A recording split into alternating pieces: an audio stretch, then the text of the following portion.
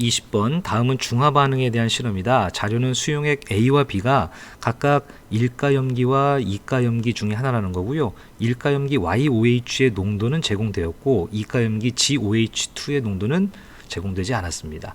수용액에서 산과 염기는 모두 이온화한다는 조건이 있고요. 실험 과정을 보시면 0.3몰 농도의 이가산 H2X Vml에 일가인지 이가인지 판단해야 되는 수용액 A를 5를 집어넣었어요. 그래서 혼합용액 2를 만들었고 나머지 염기 수용액 B를 15ml 첨가해서 혼합용액 2를 만듭니다. 다시 B를 넣어서 혼합용액 3을 만들었습니다. 실험 결과를 보니까 3번이 중성이라고 그랬어요. 즉 산에다가 지금 계속 염기를 가하고 있는데 3번 용액이 중성이 됐다. 완전 중화가 됐다는 것은 혼합용액 1과 2는 아직 중화되기 전이다. 즉 액성이 산성이 된다. 그래서 1, 2의 액성을 쉽게 알아냈습니다.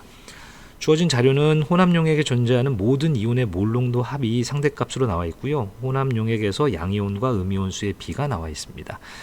이런 문제를 풀 때 먼저 해결해야 될 것은 결국 A하고 B가 일가염기와 이가염기 중에 무엇인지를 판단해야 되겠죠. 그것만 판단하고 난다면 양적인 관계를 통해서 우리가 충분히 문제를 해결할 수 있을 것 같아요.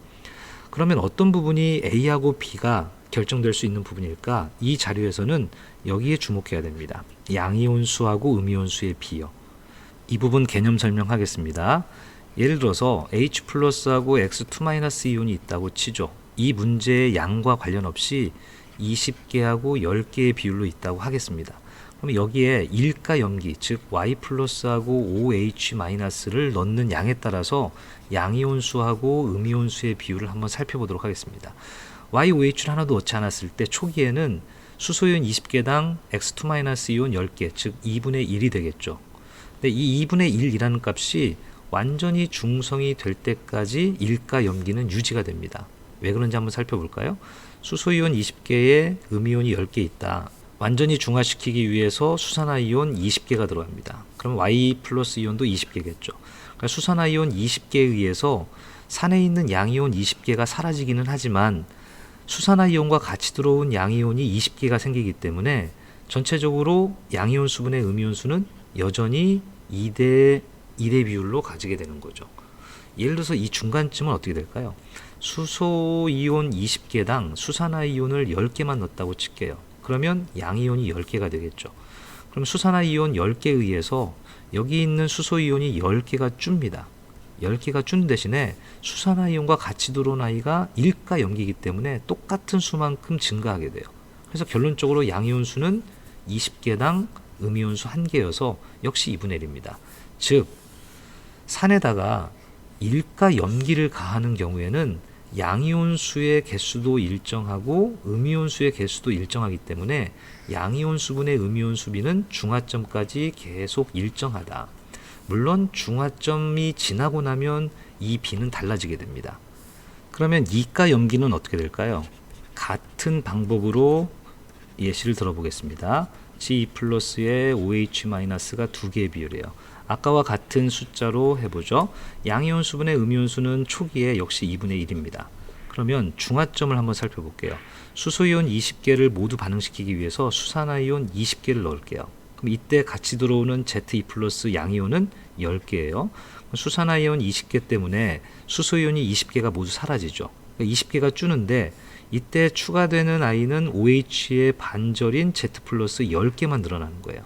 결론적으로 양이온 수가 아까 처음에 20개에서 10개로 줄어들게 되고 음이온 수는 여전히 10개. 그러니까 값이 1이 되는 거죠.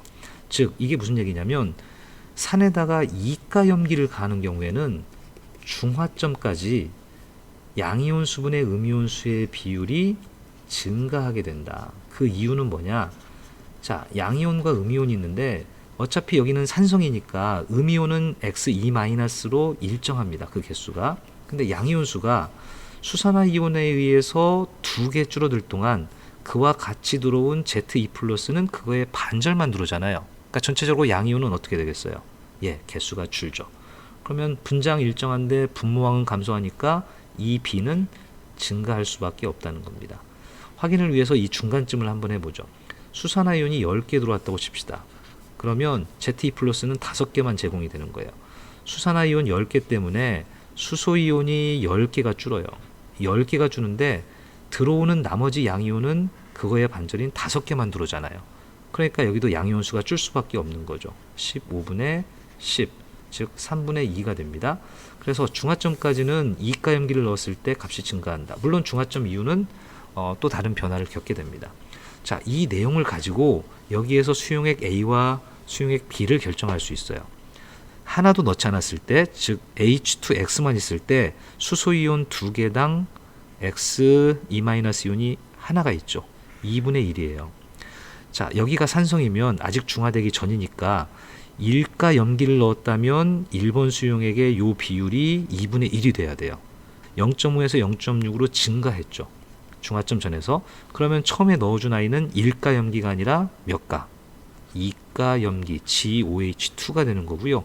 나머지는 자동적으로 1가 염기 YOH가 되는 겁니다. 그래서 A하고 B를 이렇게 결정했으면 그 다음부터는 양적인 관계를 쭉 서술해 주면 되겠습니다. 지우고 다음 설명하겠습니다. 자, 그러면 양적인 관계를 살펴보겠습니다. 혼합용액 1의 경우에는 X 플러스 이온 2개당 X2 이온이 있고요. 여기에다가 A, 즉 G2 플러스의 OH 마이너스가 있죠. 얘 부피가 현재 V ml 들어갔고요. 얘 부피가 5ml 들어갔습니다. 그러면 이 안에 들어있는 용질의 양은 아까 0.3 몰농도의 V ml니까 용질은 0.3 Vmol 있는 거죠. 얘가 0.3 Vmol 있으면 수소이온은 2배, 0.6 Vmol 있는 거고요. GOH2는 농도가 아까 Amol 농도라고 그랬으니까 5ml면 용질이 5A, 그래서 양이온이 5A, 수산화이온이 그거의 2배인 10A 밀리몰이 있습니다. 이렇게 반응해서 용액의 액성이 산성이라는 거니까요. 수소이온 0.6 V개를 수산화이온 10A개가 반응시켜서 남는 게 0.6 V 빼기 10A 밀리몰이 남아요. 그러면 이 안에 들어있는 양이온 수분의 음이온 수 B, 즉 5분의 3을 이용해 볼 수 있겠네요. 자, 양이온이 현재 0.6 V 빼기 10A에 5A개의 양이온이 또 있으니까 이거 합하면 마이너스 5A가 되고요. 음이온은 현재 0.3V X2- 이온만 있죠. 이 비율이 얼마냐면 5분의 3인 겁니다. 그러면 식 정리해서 풀어주면 0.5V가 0.6V 빼기 5A고요. V 넘기고 A만 남겨두면 V는 얼마? 예, 50A가 됩니다. 자, 그러면 V는 50A를 기존에 있는 1번 용액 식에 넣어서 문자를 좀 정리를 해보죠. 일단 수소이온은 0.6V면 30A개가 됐고요. 10개 빼야 되니까 20A개가 있습니다.